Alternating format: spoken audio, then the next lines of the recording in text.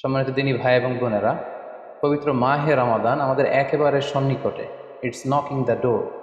আল্লাহ রসুল সাল্লাহ আলহি আসাল্লাম এবং সাহাবারা রমাদানুল মুবারক আসার 2 মাস আগ থেকেই কবে রমাদান মাস আসবে এজন্য ব্যাকুলতা প্রকাশ করতেন, উদ্গ্রীব হয়ে থাকতেন যে আমরা রমাদান পাবো কিনা, কখন রমাদান আসছে। এবং ওনারা পড়তেন আল্লাহুম্মা বারিক লানা ফি রজব ওয়া শাবান ওয়া বাল্লিগনা রমাদান। অর্থাৎ হে আল্লাহ, আপনি রজব এবং শাবান মাসে আমাদের বরকত দিন এবং রমাদান পর্যন্ত আপনি আমাদেরকে পৌঁছে দিন। আমাদের সালাফরা রমাদান আসার 6 মাস আগ থেকে, অর্থাৎ একটা বছরের 6 মাস ওনারা অপেক্ষা করতেন কবে রমাদান আসবে, উদ্গ্রীব হয়ে থাকতেন, ব্যাকুলতা প্রকাশ করতেন। আবার রমাদান মাস চলে যাওয়ার পরে বছরের বাকি 6টি মাস এ রমাদানে ওনারা যে সমস্ত এবাদত করেছেন সেগুলো আল্লাহ তাআলা কবুল করলো কিনা এ নিয়ে পেরেশানিতে থাকতেন। বাকি 6 মাস দোয়া করতেন যে আল্লাহ, রমাদানে যে সমস্ত এবাদত আমরা করেছি এগুলোকে তুমি কবুল করে নাও। এই পবিত্র মাসে আল্লাহ তাআলা আমাদের আল্লাহ সচেতনতা বৃদ্ধির জন্য এ মাসে আমাদের জন্য সিয়ামকে তিনি ফরজ করেছেন। আল্লাহ তাআলা ইরশাদ করছেন, ইয়া আইয়ুহাল্লাযীনা আমানু কুতিবা আলাইকুমুস সিয়াম কামা কুতিবা আলাল্লাযীনা মিন ক্বাবলিকুম লাআল্লাকুম তাত্তাকুন।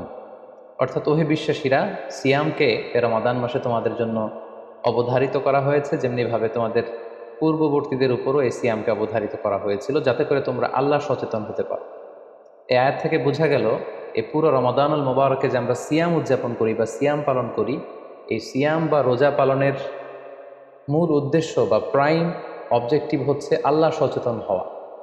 এই সিয়াম আমাদেরকে আল্লাহ সচেতন বানায়। এই সিয়াম আমাদের মধ্যে এই ফিলিংস, এই ভাবনা, এই চিন্তা বা এই চেতনাটা নিয়ে আসে যে আমরা এটা ভাবতে শুরু করি যে Allah is watching me, Allah is observing me, Allah আমাকে দেখছেন। এই চিন্তাটাকে, এই সেন্সটাকে, এই ফিলিংটাকে ডেভেলপ করার জন্যই আল্লাহ তাআলা এই মাসে সিয়ামকে আমাদের উপর ফরজ করেছেন। এবং সেটাই আল্লাহ এই আয়াতের শেষাংশে বলছেন, লাআল্লাকুম তাত্তাকুন, যাতে করে তোমরা আল্লাহ সচেতন হতে পারো, যাতে করে তোমরা গড কনসিয়াস হতে পারো। আমরা যখন সিয়াম পালন করি আমরা তখন ক্ষুধার্ত, আমরা তৃষ্ণার্ত, ঘরের ভেতরে আমরা চাইলে কেউ নেই, কেউ আমাকে দেখছে না, আমি চাইলেই খেয়ে ফেলতে পারি। আমি চাইলেই কিন্তু পান করে আমার তৃষ্ণা মেটাতে পারি, কিন্তু আমি খাচ্ছিও না, পানও করছি না। কারণ আমি এটা ফিল করি যে কেউ দেখে না কিন্তু আল্লাহ দেখে। পৃথিবীর কেউ আমাকে দেখছে না। দরজা বন্ধ করে, জানালা বন্ধ করে, ফ্রিজ থেকে ঠান্ডা পানি বের করে, শরবত বের করে আমি কিন্তু ঘরের ভেতরে যখন একা একা থাকি আমি খেয়ে আমার তৃষ্ণা নিবারণ করতে পারি। কিন্তু এটা আমরা কেউই করি না, কারণ আমরা ফিল করি যে পৃথিবীর কেউ যদি নাও দেখে, আল্লাহ সুবহানাহু ওয়া তাআলার চোখকে কিন্তু আমরা ফাঁকি দিতে পারছি না। হি ইজ ওয়াচিং মি, তিনি আমাদেরকে দেখছেন। তাহলে সম্মানিত দিনী ভাই এবং বোনেরা, এই সিয়াম আমাদের মধ্যে আল্লাহ কনসিয়াসনেস, আল্লাহ সচেতনতা এটা ডেভেলপ করে। পাশাপাশি সিয়ামের মাধ্যমে আমরা আমাদের প্রবৃত্তির উপর নিয়ন্ত্রণ অর্জন করি। গোটা বছর প্রবৃত্তি আমাদেরকে নিয়ন্ত্রণ করে, সারা বছর প্রবৃত্তি আমাদের উপর জিতে, আর আমরা এই রমাদান মাসে প্রবৃত্তির উপর জয়লাভ করি। যেমন পুরো বছর ব্যাপী আমার যখন ক্ষুধা লাগে আমি খাই, তৃষ্ণার্ত হলে পানি পান করি, আমার কামনা জাগলে সেই কামনা আমি পূরণ করি। কিন্তু রমাদানে ক্ষুধা লাগলে কিন্তু আমরা খাই না। তৃষ্ণায় গলা ফেটে যাচ্ছে, তৃষ্ণায় গলা কাঠ হয়ে যাচ্ছে, কিন্তু এক ফোঁটা পানি আমি পান করছি না। সিয়াম পালন করা অবস্থায় দিনের বেলা আমরা যারা বিবাহিত, আমাদের স্ত্রীদের সাথে অন্তরঙ্গ মুহূর্ত আমরা কাটাচ্ছি না। তার মানে আমার যেটা মন চাচ্ছে, আমার যেটা ডিজায়ার, আমার যেটা ডিমান্ড, সেটা আমি ফুলফিল করছি না, অর্থাৎ আমার প্রবৃত্তিকে আমি নিয়ন্ত্রণ করি। তাহলে সিয়াম পালনের মাধ্যমে প্রবৃত্তিকে কিভাবে কন্ট্রোল করা যায়, প্রবৃত্তিকে কি করে নিয়ন্ত্রণ করা যায়, এটা আমরা শিখি। সারা বছর প্রবৃত্তি আমাদের উপর জয়লাভ করে, আর এই সিয়ামের মধ্যে দিয়ে কেমন যেন রমাদানে আমরা প্রবৃত্তির উপর জয়লাভ করি, আমাদের কাছে প্রবৃত্তি হেরে যায়, জিতে যায় আমাদের আল্লাহ তাআলার প্রতি আস্থা এবং ভালোবাসা। এই সিয়ামের আরও একটি শিক্ষণীয় বিষয় হচ্ছে, এই সিয়াম আমাদেরকে সংযমী বানায়, রেস্ট্রেইনড বানায়। আমরা চাইলেই রোজা পালন করা অবস্থায় যা মনে চায় তা করতে পারি না। এবং সহিহ বুখারীর বর্ণনায় আল্লাহর হাবিব সাল্লাল্লাহু আলাইহি ওয়াসাল্লাম আমাদেরকে শিখিয়েছেন যে কেউ যখন রোজা রাখে সে যেন অশ্লীল কথা না বলে, রোজা রেখে সে যেন কাউকে গালি না দেয়। এমনকি কেউ যদি তাকে গালি দেয় অথবা কেউ যদি তার সাথে ঝগড়া লাগতে আসে, সে যেন বলে ইন্নী ইমরুউন সাইম, অর্থাৎ আম ফাস্টিং, আমি রোজাদার, আমি রোজা পালন করছি। রোজা পালন করা অবস্থায় আমার পক্ষে অশ্লীল কথা বলা, ঝগড়া করা, কোনো বাক বিতণ্ডায় জড়ানো সম্ভব না। তার মানে এই সিয়াম পালনের মধ্যে দিয়ে সংযম যেই ব্যাপারটা, এই ব্যাপারটা আমাদের আয়ত্তে চলে আসে। আমরা এই সিয়াম পালনের মধ্যে দিয়ে সংযমী হয়ে উঠি। পাশাপাশি যারা সিয়াম পালন করছে তাদের জন্য আল্লাহর হাবিব সাল্লাল্লাহু আলাইহি ওয়াসাল্লাম ঘোষণা দিয়েছেন যে কিয়ামতের ময়দানে বিচার শেষে তারা যখন জান্নাতে ঢুকবে, রোজা পালনকারীদের জন্য আল্লাহ তাআলা একটি স্পেশাল গেট রেখেছেন যেটার নাম হচ্ছে রাইয়ান। এবং এই রাইয়ান গেট দিয়ে রোজাদাররা ছাড়া কেউ প্রবেশ করতে পারবে না। সুবহানাল্লাহি বিহামদি। আর একবার এই রাইয়ান দরজা দিয়ে যে ব্যক্তি ঢোকার সুযোগ পাবে জান্নাতে, he will never be thirsty again. সে কখনো আর তৃষ্ণার্ত হবে না, চিরকালের জন্য তার গলা থেকে তৃষ্ণা হারিয়ে যাবে। পাশাপাশি আল্লাহ তাআলা ইরশাদ করছেন যে সব আমলগুলোকে সওয়াব বাড়ানো হয় এবং সওয়াবের প্রতিদান বান্দাদেরকে দেওয়া হয়, কিন্তু এই সিয়ামের ব্যাপারটা ভিন্ন। এর প্রতিদান আমি আল্লাহ নিজ হাতে দেব। আরেক বর্ণনা এসেছে এই সিয়ামের প্রতিদান আমি নিজেই। আমরা যদি একটু খেয়াল করে দেখি যে রমাদানুল মুবারাকে আমরা যত নেক আমল করছি বা সৎকর্ম করছি, এগুলোর সওয়াবগুলোকে কিন্তু জ্যামিতিক হারে বাড়ানো হয়। দ্য রিওয়ার্ডস অফ আমাল is multiplied in this blessed month of Ramadan. এ মাসে আমরা একটা নফল আবাদত করলে সেটা ফরজের সমান সওয়াব দেওয়া হচ্ছে। একটা ফরজ আবাদত করলে সেটা 70 থেকে 700 গুণ সওয়াব দেওয়া হচ্ছে। এ মাসে উমরা করলে সেটা হজের সমান সওয়াব দেওয়া হচ্ছে। অর্থাৎ অর্থাৎ অন্যান্য মাসে আমরা যদি নেক আমল করি তাহলে সেটার সওয়াবকে বাড়ানো হয় গাণিতিক হারে, কিন্তু এই রমাদানুল মুবারাকে কোনো নেক আমল করলে এর সওয়াবকে বাড়ানো হয় জ্যামিতিক হারে। এটাকে মান্থ অফ স্পেশাল অফার বলা হয়, বিশেষ অফারের মাস। আল্লাহ তাআলা চেয়েছেন যে বিশেষ অফার দিয়ে আমাদেরকে এবাদতের প্রতি আগ্রহী করে তোলে, আকৃষ্ট করে তোলে। তিনি যেন আমাদের গুনাহগুলোকে ক্ষমা করে দিয়ে আমাদেরকে পাপ মুক্ত বান্দা হিসেবে স্বীকৃতি দিতে পারেন, তার একটা কেমন যেন আয়োজন তিনি করে থাকেন আমাদের জন্য পবিত্র মাহে রমাদানে। এবং এই রমাদানুল মুবারকের প্রতিটি রাতে আল্লাহ তাআলার পক্ষ থেকে একজন বিশেষ আহ্বানকারী ফেরেশতা তারা ডাকতে থাকে আর বলতে থাকে, ইয়া বাগিয়াল খায়রি আকবিল, হে কল্যাণের অভিযাত্রী, হে কল্যাণের পথের যাত্রী, আকবিল প্রসিড, গো অন, আরও সামনে যাও, আরও নেক কাজ করো, আরও ভালো কাজ করো। ইয়া বাগিয়াশ শাররি আকসির, হে পাপের পথের যাত্রী, আকসির স্টপ, থেমে যাও, অনেক হয়েছে, আর না, আর অন্যায়ের দিকে ধাবিত হয়েও না। এটা প্রতি রাতেই, রমাদানের প্রতিটি রাতেই এই আহ্বান করা হয় যে হে কল্যাণের পথের যাত্রী, ভালো কাজ করতে থাকো, হে অকল্যাণের পথের যাত্রী, এখনই থেমে যাও, আর সামনের দিকে আগ বাড়িও না। এবং এই বরকতপূর্ণ মাস পেয়েও যারা আল্লাহ তাআলার ক্ষমা পায়নি, রাসূল সাল্লাল্লাহু আলাইহি ওয়াসাল্লাম তাদের জন্য ভয়ঙ্কর ওয়ার্নিং দিয়েছেন, হুঁশিয়ারি দিয়েছেন, গভীর হুঁশিয়ারি তিনি বর্ণনা করেছেন। মসজিদে নববীতে আল্লাহ রাসূল সাল্লাল্লাহু আলাইহি ওয়াসাল্লাম একবার মিম্বারের প্রথম ধাপে পা রেখে বললেন আমিন, দ্বিতীয় ধাপে পা রেখে বললেন আমিন, তৃতীয় ধাপেও পা রেখে বললেন আমিন। সাহাবারা জিজ্ঞেস করলেন, ইয়া রাসূলুল্লাহ, তিনবার কেন আমিন বললেন? আমরা তো বুঝতে পারলাম না। আল্লাহ রাসূল সাল্লাল্লাহু আলাইহি ওয়াসাল্লাম তখন বললেন যে এইমাত্র জিবরিল আমার কাছে এসে আমাকে শুনিয়েছে যে যে ব্যক্তি রমাদানুল মুবারক পেয়েও ইবাদতের মাধ্যমে আল্লাহর ক্ষমা পেল না, সে দুর্ভাগা, সে হতভাগা। আমি তখন বলেছি আমিন। তারপর জিবরিল বলল যে মা বাবা উভয়কে পেয়ে তাদেরকে সন্তুষ্ট করার মধ্য দিয়ে যারা আল্লাহর জান্নাতকে হাসিল করতে পারলো না, তারা দুর্ভাগা, হতভাগা। আমি বলেছি আমিন। তৃতীয় পর্যায়ে জিব্রাইল বলেছে যে হে নবী, আপনার নাম শুনবার পরেও যে আপনার উপর দুরূদ পাঠালো না, অর্থাৎ সাল্লাল্লাহু আলাইহি ওয়াসাল্লাম বলল না, সে দুর্ভাগা, সে হতভাগা। তখন আমি বলেছি আমিন। সম্মানিত শুধু এই হাদিস থেকে আমরা বুঝতে পারি যে যারা রমাদান পেয়ে আল্লাহর প্রিয় ভাজন বান্দা হতে পারলো না, আল্লাহর কাছ থেকে ক্ষমার ঘোষণা পেল না, তাদের চেয়ে দুর্ভাগা এবং হতভাগা আর কেউ হতে পারে না। তাই যেহেতু রমাদান আমাদের একেবারে সন্নিকটে, আর মাত্র 2 দিন পরে এই পবিত্র মাস আমাদের মাঝে আগমন করবে, তাই আমাদের উচিত এই মাসটাকে ভাব গাম্ভীর্যের সাথে উদযাপন করা, to take the best out of this blessed month, যত বেশি পরিমাণে সম্ভব নেক কাজ করে আল্লাহ তাআলার ক্ষমাপ্রাপ্ত বান্দাদের অন্তর্ভুক্ত হওয়ার চেষ্টা করা। আমরা যদি এই মাসকে উদযাপনের জন্য এখন থেকে একটা প্ল্যান করি বা প্রোগ্রাম করি এবং সেটার আলোকে যদি পুরো মাসটি আমরা পরিচালনা করবার চেষ্টা করি, তাহলে আশা করি খুবই ফ্রুটফুল ওয়েতে এই যে অফার দেওয়া হয়েছে, স্পেশাল অফার, এই অফারগুলোকে আমরা কাজে লাগাতে পারবো এবং বেশি বেশি আবাদত করে আল্লাহ তাআলার প্রিয় ভাজনদের অন্তর্ভুক্ত হতে পারবো। এই পৃথিবীতে আমরা যখন কোনো বিজনেস রান করি, নিশ্চয়ই তার আগে একটা প্ল্যান করি, একটা প্ল্যান সাজাই। বড় কোনো প্রজেক্ট যখন আমরা হাতে নিই, আমরা একটা প্রজেক্ট প্ল্যান দাঁড় করাই এবং সেটার আলোকে আমরা সেই প্রজেক্টটাকে রান করবার চেষ্টা করি।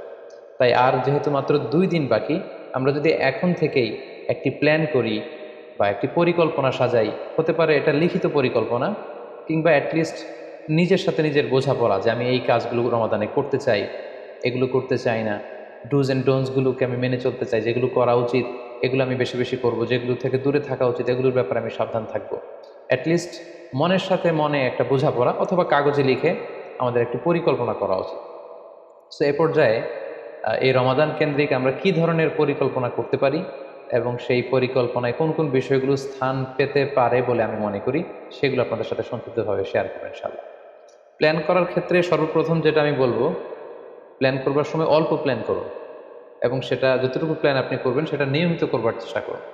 আমাদের অনেকের মধ্যে এমন একটা ভাব কাজ করে যে যেহেতু এটা অনেক রহমতের মাস, বরকতের মাস, মাগফিরাতের মাস, আবেগে তারা অনেক বেশি প্ল্যান করে ফেলে এবং সেই অনুযায়ী রমাদানের শুরুতেই সারা রাত তাহাজ্জুদ, সারাদিন এবাদত তেলাওয়াত, এরকম 2-4 দিন চলার পরে, কয়েকদিন যাওয়ার পরে সে আবেগটা ঝরে পড়ে, সে আবেগটাকে সে ধরে রাখতে পারে না। কারণ এমন প্ল্যান করা হয়েছিল যেটা রেশনাল ছিল না, যেটা হয়তো যৌক্তিক ছিল না বা বাস্তবসম্মত ছিল না। সো প্ল্যান করার ক্ষেত্রে আমার প্রথম পরামর্শ হচ্ছে অল্প প্ল্যান করুন এবং যতটুকু প্ল্যান করবেন সেটা পুরো রমাদান ব্যাপী হোল দ্য মান্থ লং আপনি সেটাকে পালন করবার চেষ্টা করুন। কারণ আল্লাহ রাসূল সাল্লাল্লাহু আলাইহি ওয়াসাল্লাম বলেছেন, আহাব্বুল আমালি ইলাল্লাহি আদওয়ামুহা ওয়া ইন কাল্লা। আল্লাহ তাআলার কাছে সবচেয়ে প্রিয় আমল হচ্ছে সেটা যেটা মানুষ নিয়মিত করে, যেটা বান্দা রেগুলার বেসিসে করে, যদিও এটা পরিমাণে কম হয়। সো আপনি পরিমাণে যদি কমও করেন, সেটা যদি পুরো রমাদান মাসব্যাপী একই ধারাবাহিকতায় আপনি ইবাদত করেন, তেলাওয়াত করেন, তাহাজ্জুদ পড়েন, জিকির আজকার করেন, সাদাকা করেন, দান করেন, এটার যদি একটা ধারাবাহিকতা থাকে, সেই ইবাদতটা আল্লাহ তাআলার কাছে বেশি প্রিয়। তাই প্ল্যানের ক্ষেত্রে আমার সর্বপ্রথম পরামর্শ হচ্ছে অল্প প্ল্যান করুন, স্বল্প পরিসরে প্ল্যান করুন, হাতে গোনা অল্প কয়েকটি বিষয়ের ব্যাপারে আপনি কনসার্ন হন এবং যতটুকু প্ল্যান করেছেন ততটুকু নিয়মিত বাস্তবায়ন করুন। প্ল্যানের ক্ষেত্রে সর্বপ্রথম যেটা আমি বলতে চাই সেটা হচ্ছে পুরো রমাদান মাসে সালাতের ব্যাপারে আমাদেরকে সর্বপ্রথম বেশি সচেতন থাকতে হবে। It's mandatory. 5 ওয়াক্ত সালাত যেন আমরা জামাতের সাথে আদায় করতে পারি, এই বিষয়টা খেয়াল রাখতে হবে। কোনো কারণে যদি জামাত ছুটেও যায়, কাজা যেন না হয়ে যায়। কারণ আমাদের যদি জামাত ছুটে যায়, সালাত যদি কাজা হয়ে যায়, তাহলে আপনার প্রোডাক্টিভিটি কমে যাবে। সো প্ল্যানের ক্ষেত্রে এখন থেকে আমাদের এটা মাথায় রাখতে হবে যে পুরো রমাদান জুড়ে আমরা 5 ওয়াক্ত সালাত জামাতের সাথে আদায় করব। কোনো কারণে জামাত যদি ছুটেও যায়, কোনো নামাজ যেন আমার কাজা না হয়ে যায়, এ ব্যাপারে আমরা সচেতন থাকবার চেষ্টা করব। 3 নম্বরে হচ্ছে কোরআন তেলাওয়াত করা। যেহেতু রমাদানুল মুবারক এটা কোরআন নাজিলের মাস, আল্লাহ তাআলা বলছেন শাহরু রমাদান আল্লাযী উনজিলা ফীহিল কুরআন। রমাদান তো এমন মাস যে মাসে আল্লাহ তাআলা কোরআন নাজিল করেছেন। সো এটা কোরআনকে উদযাপনের মাস, কোরআনের সাথে নতুন করে সম্পর্ক গড়বার মাস, বেশি বেশি কোরআন তেলাওয়াত করবার মাস। নফল আবাদতের যে লিস্ট আছে তার মধ্যে সবচেয়ে শ্রেষ্ঠ নফল আবাদত হচ্ছে কোরআন তেলাওয়াত করা এবং সেটার মোক্ষম সময় হচ্ছে রমাদানুল মুবারক। আমরা প্রত্যেকেই জানি যে এই মাসে তেলাওয়াত করে, তেলাওয়াত করার যে একটা আবহ, যে একটা ইমেজ, যে একটা পরিবেশ এবং যেরকম একটা মজা পাওয়া যায়, বছরের অন্য কোনো মাসে কিন্তু ওই ফিলিংটা আমাদের আসে না। সো এই সুযোগটাকে আমাদের কাজে লাগানো, আমরা যেন প্রতিদিন কোরআনের তেলাওয়াত করি এবং তেলাওয়াত করার ক্ষেত্রে অবশ্যই ধীরস্থিরভাবে তেলাওয়াত করতে হবে। আমরা অনেকে তাড়াহুড়ো করে তেলাওয়াত করি। হাদিসে এসেছে রুব্বা কারিন লিল কোরআন ওয়াল কোরআন ইয়ালআনু। কোরআনের অনেক তেলাওয়াতকারী আছে যাদেরকে কোরআন রহমত দেওয়ার পরিবর্তে লাআনত দেয়, কার্ডস করে, অভিসম্পাত করে। তাই তাড়াহুড়ো করে আমরা যেন কোরআন তেলাওয়াত না করি। রমাদান আসলেই দেখা যায় কিছু কিছু মানুষ কোরআন খতম করবার জন্য উঠে পড়ে লাগে। কেউ 5 খতম, 7 খতম, 10 খতম দেওয়ার জন্য প্রতিযোগিতা করে খতম দেয়, ফলে খুব দ্রুত তারা কোরআন তেলাওয়াত করে। এটা ঠিক না। খতম দেওয়ার জন্য উঠে পড়ে লাগা উচিত হবে না, বরং আপনি ধীরস্থিরভাবে তেলাওয়াত করুন। সেই হিসেবে শুরু থেকে শেষ পর্যন্ত একবার করে যদি আপনি 1 খতম দিতেও পারেন সেটা ভালো, আর দিতে না পারলেও আপনি ধীরস্থিরভাবে তেলাওয়াত করে সেটার সওয়াব আপনি ইনশাল্লাহ পাবেন। তাহলে তেলাওয়াত করার ক্ষেত্রে প্রথম রিমাইন্ডার হচ্ছে তাড়াহুড়ো করে তেলাওয়াত করা যাবে না। 2 নম্বর হচ্ছে যদি সুযোগ হয় অর্থ বুঝে তেলাওয়াত করা। আমরা কয়েকটা সূরা স্পেসিফাই করতে পারি যে এই রমাদানে আমি এই সূরাটা পড়ব, এই রমাদানে এই সূরার শুরু থেকে শেষ পর্যন্ত এর মর্মার্থ, এর বঙ্গানুবাদ, এর যে শিক্ষা লেসেন, এটা আমি জানবার চেষ্টা করব। সম্মানিত দিনী ভাই এবং বোনেরা, কোরআন হচ্ছে এমন একটি কিতাব, যারাই এই কোরআনের সাথে সম্পর্ক জুড়ে দিয়েছে, যারাই এই কোরআনকে হৃদয়ে ধারণ করেছে, তারাই সম্মানিত হয়েছে। একটু খেয়াল করে দেখুন, সেদিন জিবরিল আলাইহিস সালাম উনি কোরআন নিয়ে আসমান থেকে পৃথিবীতে নেমেছিলেন। কোরআনকে নিয়ে আসার কারণে উনি হয়েছেন শ্রেষ্ঠ ফেরেশতা। আল্লাহ রাসূল সাল্লাল্লাহু আলাইহি ওয়াসাল্লামের উপর কোরআন নাজিল হয়েছিল, তাই তিনি হয়েছেন শ্রেষ্ঠ রাসূল। এই রমাদান মাসে কোরআন নাজিল হয়েছে, তাই রমাদান মাস হচ্ছে 12টা মাসের শ্রেষ্ঠ মাস, সাইয়্যিদুশ শুহুর। কদরের রাতে এই কোরআন নাজিল হয়েছিল, তাই কদরের রাত হচ্ছে পৃথিবীর শ্রেষ্ঠ রাত। আমরা উম্মতে মুহাম্মাদি, আমাদের উপর কোরআন নাজিল হয়েছে, তাই আমরা হচ্ছে খায়রু উম্মাহ, শ্রেষ্ঠ জাতি। আমাদের মধ্য থেকেও যারা কোরআনের সাথে অ্যাটাচমেন্টকে বাড়াবে, কোরআনকে যারা ধারণ করবে, তারা হবে পৃথিবীর শ্রেষ্ঠতম মানুষ। তাই আসুন কোরআন উদযাপনের এই মাসে আমরা যেন বেশি বেশি কোরআনের সাথে সম্পর্ককে নতুন করে আবার নবায়ন করি। 4 নাম্বার যেই ব্যাপারটি আমি প্ল্যানে বা পরিকল্পনায় রাখার চেষ্টা করব সেটা হচ্ছে খুব বেশি খাবার দাবার বা কেনাকাটা এগুলোর ব্যাপারে আমাদেরকে একটু সাবধান থাকতে হবে। আমরা অনেকে মনে করে থেকে রমাদান মানেই মুখরোচক ইফতারি, ইফতার পার্টিতে জয়েন করা, উদরপূর্তি করে সাহারি খাওয়া, শপিং করা এবং কেনাকাটায় ব্যস্ত থাকা। আসলে ব্যাপারটি এমন নয়, কারণ আমরা জানতে পেরেছি যে এটা হচ্ছে বরকতের মাস, এটা অফারের মাস। নফল ইবাদতে ফরজের সমান সওয়াব, ফরজ করলে 700 গুণ সওয়াব, নফল উমরা করলে হজের সমান সওয়াব। সো এটা হচ্ছে মৌসুমুল ইবাদা, ইবাদতের মৌসুম। সো আমাদের যদি শপিং করা লাগে, আমাদের যদি কোনো প্রোগ্রামে অংশগ্রহণ করা লাগে, সেটা যেন আমাদের ফোকাস না হয়। কেনাকাটা, শপিং করা, এটা যেন আমাদের ফোকাস না হয়। ভুরি ভোজ করা, আমাদের বাসায় মা বোনরা যারা আছে তাদেরকে হরেক রকম আইটেমের বায়না ধরে সারাদিন তাদেরকে ব্যস্ত রাখা, ইবাদত থেকে তাদেরকে দূরে রাখা, এই কালচারগুলো থেকে আমাদেরকে দূরে থাকতে হবে। আমরা যখন রমাদান কেন্দ্রিক প্ল্যান করতে বসবো, আমরা যেন এটা ভাবি যে এই রমজানে একটু একটু করে আমি নিজেকে পরিবর্তন করতে চাই। ভুরি ভোজ করা, ইফতার পার্টিতে বেশি বেশি যাওয়ার জন্য প্ল্যান করা, তারপর কেনাকাটা, শপিং, ঈদের শপিংয়ের জন্য সময় নষ্ট করা, এটা যেন আমাদের মূল ফোকাস না হয়। আমাদের মূল ফোকাস যেন হয় এটা ইবাদতের মাস, বেশি বেশি ইবাদত করে যেন আমরা আল্লাহর সন্তুষ্টি অর্জন করতে পারি। প্ল্যানের ক্ষেত্রে 5 নাম্বার যে পয়েন্টটি আমি বলবো সেটি হচ্ছে ইফতারির পূর্ব মুহূর্তে দোয়া করুন। এটি ভুলে যাওয়া যাবে না। প্রতিদিন ইফতারিকে সামনে নিয়ে আমরা দোয়া করব। কারণ হাদিসে এসেছে সালাসু দাওয়াতিন মুস্তাজাব, 3 ব্যক্তির দোয়া আল্লাহ তাআলার কাছে কবুল হয়ে যায়। এই দোয়া আল্লাহ কখনো ফিরিয়ে দেন না। এর মধ্যে একটা দোয়া হচ্ছে দাওয়াতুস সাইম, রোজাদারের দোয়া আল্লাহ কখনো ফিরিয়ে দেন না। দাওয়াতুস সাইমি মাকবুল, এটা আল্লাহর কাছে কবুল হয়ে যায়। ঠিক ওই মুহূর্তটাতে আল্লাহ তাআলার সফট কর্নার খুব বেশি গ্রো করে, আল্লাহর রহমতের দরিয়ার মধ্যে একটা অভাবনীয় জোশ পড়ে যায়। আল্লাহ তাআলা এই দৃশ্যটাকে খুব দেখতে পছন্দ করে যে বান্দা সামনে খাবার নিয়ে বসে আছে, শরবত নিয়ে, পানীয় নিয়ে বসে আছে, ক্ষুধায় তৃষ্ণায় সে জর্জরিত, সে চাইলেই সামনে থেকে নিয়ে মুখে তুলে খাবারটা খেতে পারে, কিন্তু সে আমার ভয়ে খাচ্ছে না। তখন আল্লাহ তাআলা এই দৃশ্যটা দেখতে বড্ড পছন্দ করেন। ঠিক এই মুহূর্তে আপনি যখন বুদ্ধি করে আল্লাহ তাআলার কাছে চাইতে শুরু করবেন, কায়মনো বাক্যে চোখের পানি ছেড়ে, আপনি চাইতে দেরি হবে, এই দোয়া আল্লাহ তাআলার কাছে কবুল হতে দেরি হবে। তাই এই ভুলটি যেন আমরা না করি, এই বরকত যেন আমরা মিস না করি। প্রতিদিন খেয়াল করে, সম্মানিত দিনী ভাই এবং বোনেরা, খেয়াল করে ইফতারের পূর্ব মুহূর্তে দোয়া করুন। আপনার কি চাহিদা, আকুতি মিনতি আল্লাহর কাছে আছে, আপনি পেশ করুন।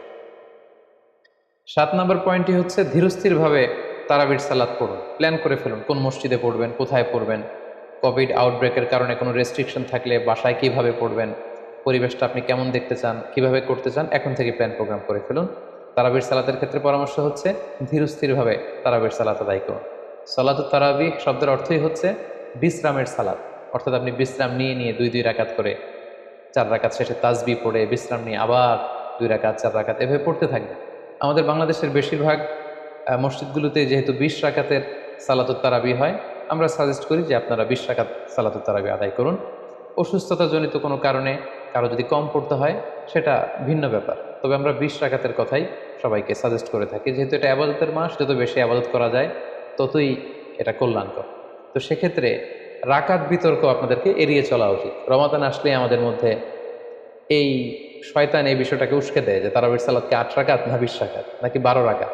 সো তারাবির সালাদ ধীরস্থিরভাবে আদায় করুন, রাকাত বিতর্ক এড়িয়ে চলুন। এটা হচ্ছে একটা বড় ফিতনা। কত রাকাত আপনি পড়বেন আপনার সাধ্য অনুযায়ী আপনি পড়ুন। আমরা 20 রাকাতের কথা সাজেস্ট করি, তবে রাকাত বিতর্কে জড়ানো আমাদের কখনোই উচিত হবে না।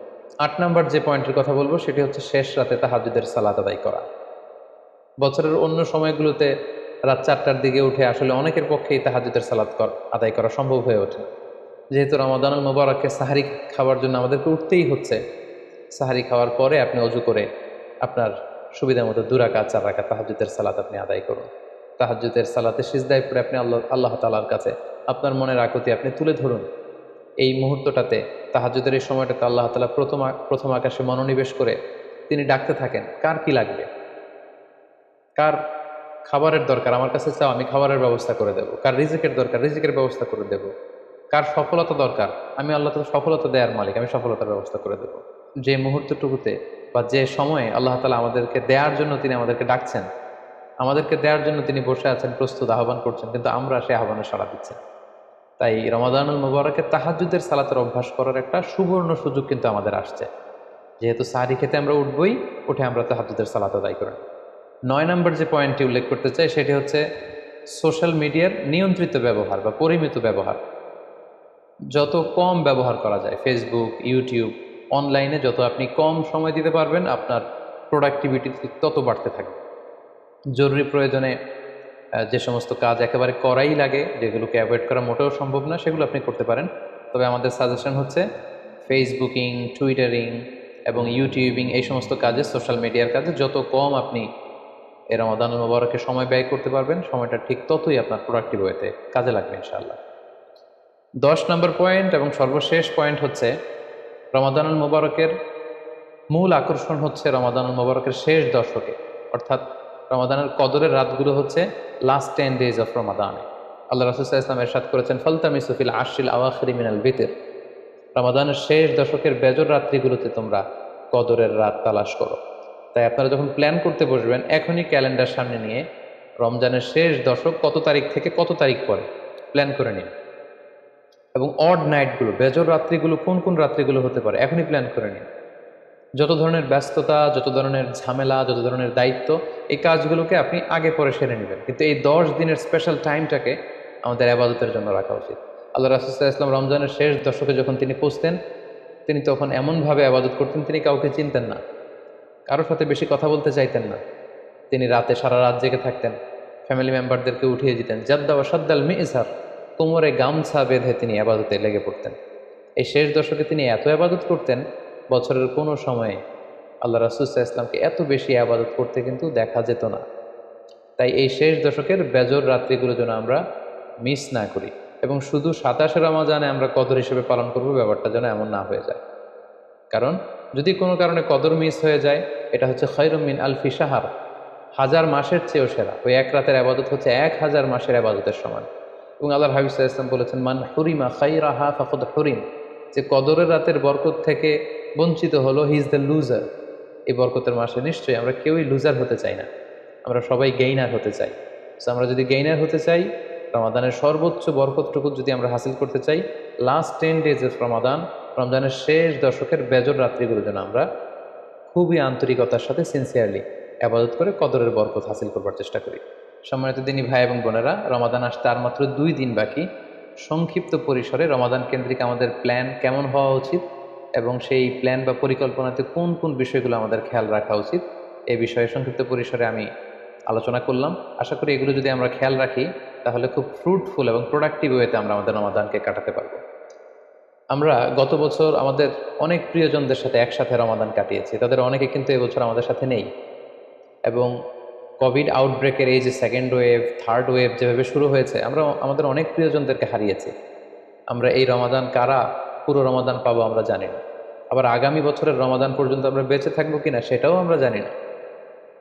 সো এই রমাদান হতে পারে আমাদের জীবনের শেষ রমাদান। আমাদের we should consider this Ramadan the last and final chance in our life. আমাদের এভাবে চিন্তা করা উচিত যে হতে পারে এটা আমার জীবনের শেষ রমাদান, তাই আমার গুনাহ মাফের একটা সুবর্ণ সুযোগ হচ্ছে এ রমাদান মাস। তাই এই মাসের সর্বোচ্চ বরকতটুকু হাসিল করার জন্য আমরা যেন বুদ্ধিমানের পরিচয় দিই, আমরা যেন বেশি বেশি ইবাদত করে আল্লাহ তাআলার প্রিয় ভাজনদের অন্তর্ভুক্ত হতে পারি। সম্মানিত সুধী, কোভিড আউটব্রেক গোটা বিশ্বব্যাপী ছড়িয়ে পড়েছে। বিশেষ করে বাংলাদেশে সেকেন্ড ওয়েভের কবলে পড়ে আমরা আমাদের অনেক প্রিয়জনদেরকে হারিয়েছি।